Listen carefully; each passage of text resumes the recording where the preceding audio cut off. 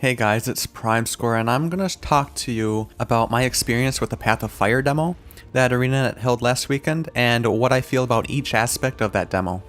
Okay, so we're gonna talk about story first. I would say it's a really good start for setting up how the expansion will pan out in the future.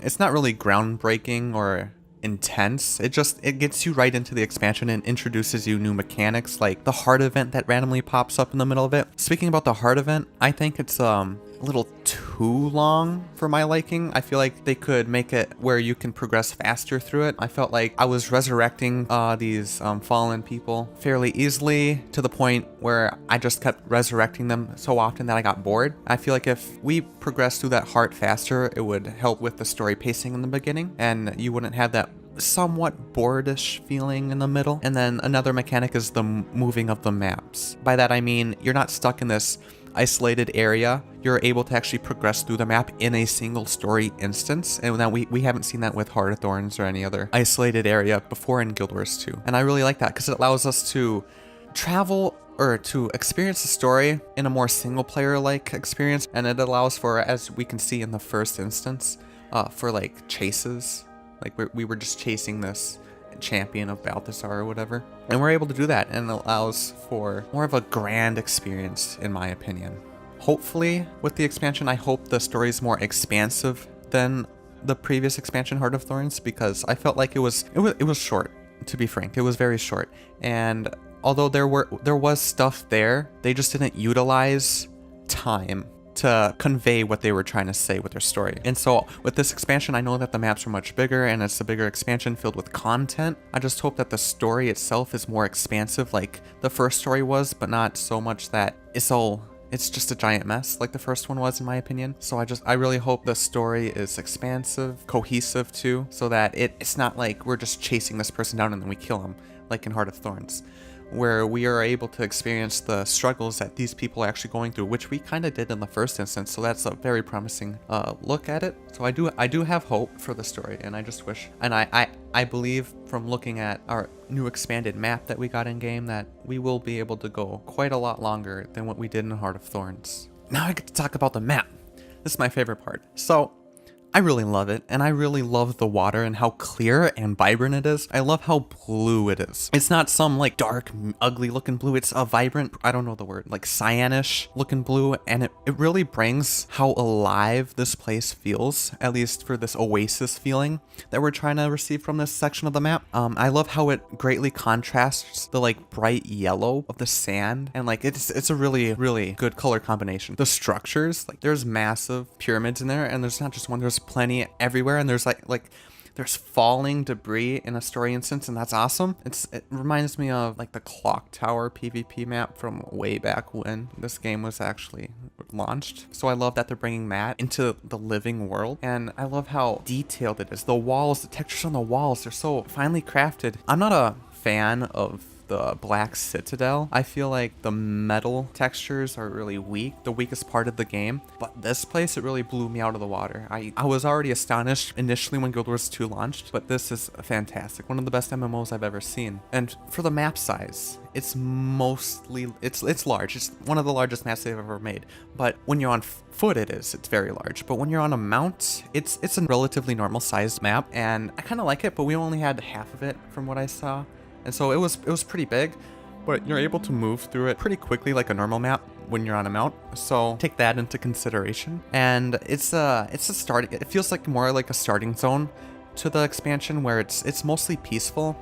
You're introduced to bounties and whatnot, and there's not a lot of events going on and being bombarded with you like you're at war like Heart of Thorns was. It's more like, oh, you're brought into this desert, you can look around, experience it, take it all in, then venture out whenever you desire, at least from the demo's perspective. Who knows if the story will launch you into something extremely chaotic or whatnot. So yeah, it's mostly peaceful. So overall, I really enjoyed the map a lot, and I cannot wait to see how they combined different colors and like themes. Like there's a mountain section in this expansion pack, how they're gonna tie that into the desert, where you're probably overlooking a mountain, and then you're on this like snowy mountain, and you're looking over and you see this huge, massive desert filled with hydras and whatnot, and can't wait for vistas like that. Lightning from Shatterer, no, not the Shatterer, that's the champion, Kralkatorek, like his branded section that you can see on the map, and I'm so excited how that is going to contrast like flames or whatnot.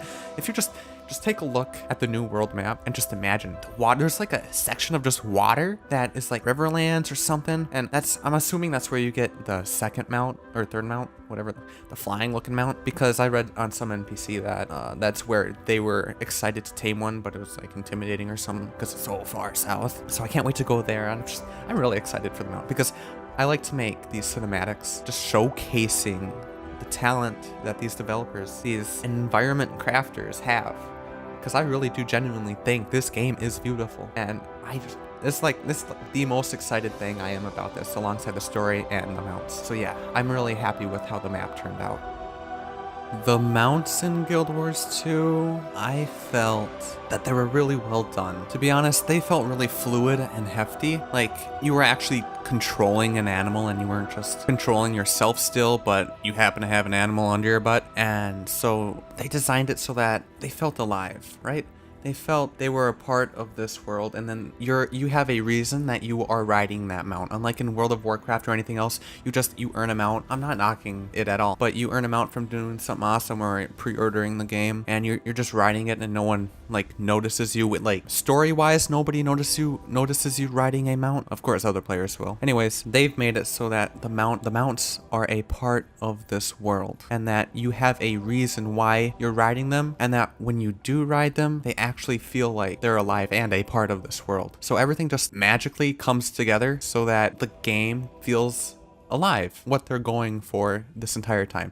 It's a living world, and it ties into these expansions that keep on expanding the world even further than the living world, and these mounts really do it justice. And so I can't wait for the other mounts that are coming, because apparently they're supposed to all feel different, and I can't wait to use them in ways that you couldn't use any other mount before in a different MMO, right? Instead of just riding around and flying wherever you want, you can like jump super high or hover. So yeah, so I'm really excited for how the mounts are going to turn out, and I was really pleased with how the Raptor turned out and how you can engage in combat with that, and it wasn't some weak skill. It does a pretty good amount of damage, especially when you can upgrade it, and so you can enter that and then just kill your enemies and then hop back on fluidly and do whatever you want fluidly. Like, you can go mine, you can talk to an NPC and all that, and it's nothing is a hassle when you're using a mount.